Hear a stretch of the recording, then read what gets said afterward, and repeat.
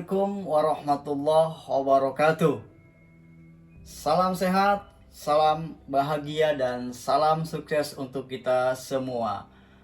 Sobat SR dan seluruh pemirsa channel Sultan Rahmat di Detektif Misteri Gaib, selamat berjumpa kembali, selamat beraktivitas. Mudah-mudahan di pagi hari yang cerah ini kita dalam kondisi yang terbaik.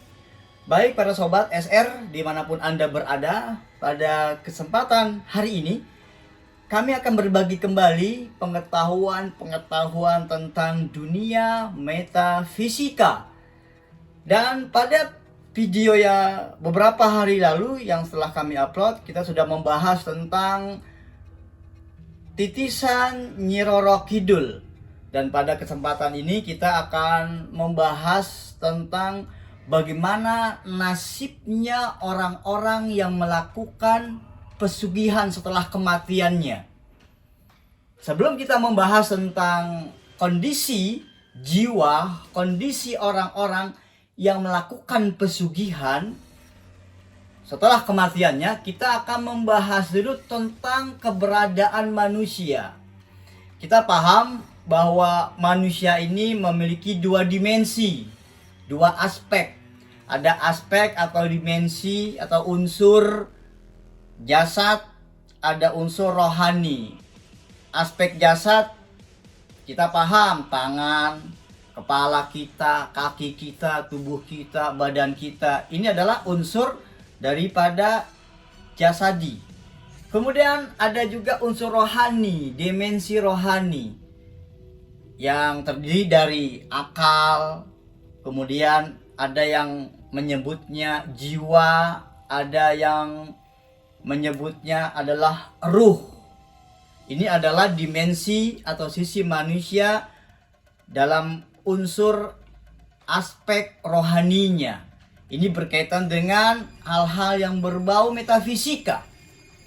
Nah, para pemirsa channel Sultan Rahmat dimanapun Anda berada, di hadapan kita semua ada sebuah buku yang berjudul tentang ruh. Ini adalah karangan dari seorang ulama besar, murid daripada Syekhul Islam Ibnu Taimiyah. Beliau yang bernama Imam Ibnu Qayyim Al-Jauziyah.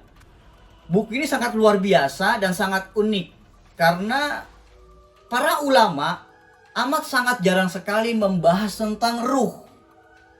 Tetapi oleh Imam Ibnu Qayyim Al-Jauziyah, beliau mengarang sebuah kitab yang tidak atau jarang pembahasannya di dunia metafisika, terutama tentang keberadaan ruh.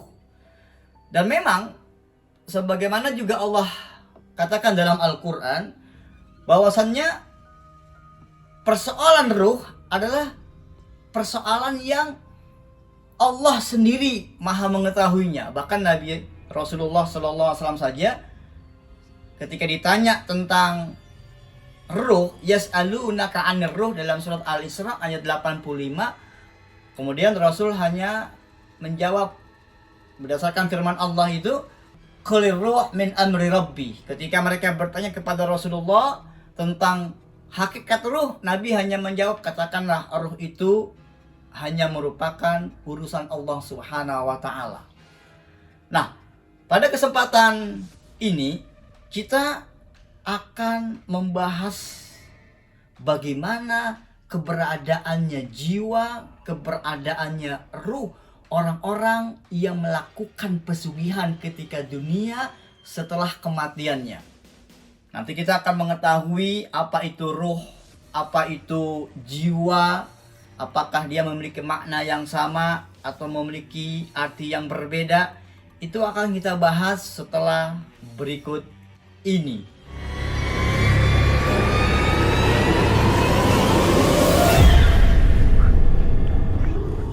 Sobat SR dan seluruh pemirsa channel Sultan Rahmat yang berbahagia, kita berjumpa kembali dan kita akan melanjutkan pembahasan kita tentang nasibnya jiwa orang-orang yang melakukan pesugihan di dunia setelah kematiannya. Sebelum kita membahas dan melanjutkan materi ini, jangan lupa subscribe, like, and comment, dan tekan loncengnya agar kita semua tidak ketinggalan dengan video-video terbaru yang selalu kami update setiap minggunya 3 kali video. Baik Sobat SR dan seluruh para permisa yang berbahagia, kita akan lanjutkan kembali bagaimana kondisi jiwa orang-orang yang pernah melakukan pesugihan. Baik Sobat SR, sebelum kita membahas tentang kondisi mereka setelah kematiannya, kita harus pahami dulu tentang ruh dan jiwa. Para ulama ini berbeda pendapat tentang memaknai, mengartikan ruh dan jiwa. Ada sebagian ulama mengatakan bahwa ruh dan jiwa adalah merupakan makna yang sama. Jadi jiwa ini merupakan ruh merupakan jiwa. Cuma dua kosakata tetapi mengandung makna yang sama. Kemudian ada ulama yang memberikan pengertian yang berbeda. Ruh adalah ruh, dia berdiri sendiri. Ketika jasad seseorang sudah meninggal dunia, maka ruh akan lepas dari jasad atau tubuh orang tersebut. Kemudian jiwa adalah jiwa, dia juga merupakan bagian tersendiri yang tidak menyatu dengan ruh manusia. Dari sekian banyak perbedaan para pendapat ulama, kami lebih cenderung kepada memilih pendapat yang mengatakan bahwa ruh dan jiwa merupakan sesuatu yang berbeda. Dia adalah berdiri sendiri. Ruh berdiri sendiri, ya ruh. Kemudian jiwa berdiri sendiri, ya dia adalah jiwa. Yang kalau dalam bahasa masyarakat kita, jiwa ini dinamakan dengan sukma. Dalam dunia metafisika, jiwa ini dinamakan sukma. Nah, sekarang bagaimana ketika orang-orang yang sudah meninggal dunia, yang pernah melakukan pesugihan? Sebagaimana kita tahu bahwa seluruh kehidupan ini akan mengalami sebuah kematian. Termasuk kita manusia. Ketika manusia mati, meninggal dunia, dia akan kembali kepada Allah, akan kembali kepada Tuhan. Ruhnya akan kembali kepada Tuhan, dia akan kembali ke alam ruh.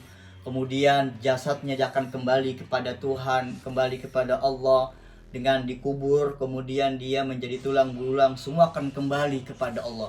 Segala sesuatu yang pernah dia miliki dari jasad ini, dari raga ini, semua akan kembali kepada Allah. Tapi orang-orang yang melakukan pesugihan, ya ruhnya akan kembali kepada Allah setelah dia dicampakkan kembali. Kemudian jasadnya akan kembali kepada Allah, hancur di dalam tanah. Tapi jiwa, sukma, orang-orang yang pernah melakukan pesugihan, dia tidak kembali kepada Allah.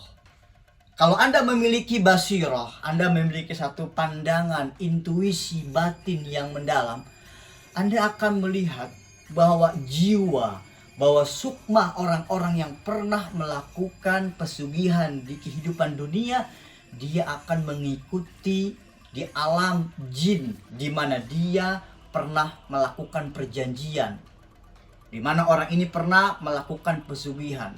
Kalau dia melakukan pesugihan, melakukan perjanjian dengan jin penguasa laut selatan, dia akan hidup di alamnya, di alam gaib kerajaan bangsa jin penguasa laut selatan. Kalau dia mungkin melakukan pesugihan perjanjian di gunung, di bukit, yang menjadi sekutu-sekutu daripada jin penguasa laut selatan, dia juga akan tinggal di sana. Cuma yang menjadi persoalan adalah tinggal bukan untuk menikmati setelah kematian. Dia akan menjadi budak. Dia akan menjadi pesuruh. Bahkan dia akan menjadi alas kakinya bangsa jin. Dia akan dijadikan sebagai keset tempat untuk diinjak-injak oleh bangsa jin. Tidak ada kenikmatan di sana. Yang ada adalah kesengsaraan. Yang ada adalah dia menjadi budak peliharaan bangsa jin di alam sana. Dan tentu saja ruh orang yang melakukan pesugihan, yang melakukan kemusyrikan perjanjian dengan bangsa jin, ketika dia diangkat, ditarik ruhnya oleh malaikatul maut, dia dibawa ke langit. dibawa ke hadapan Allah, maka ruh ini akan dicampakkan.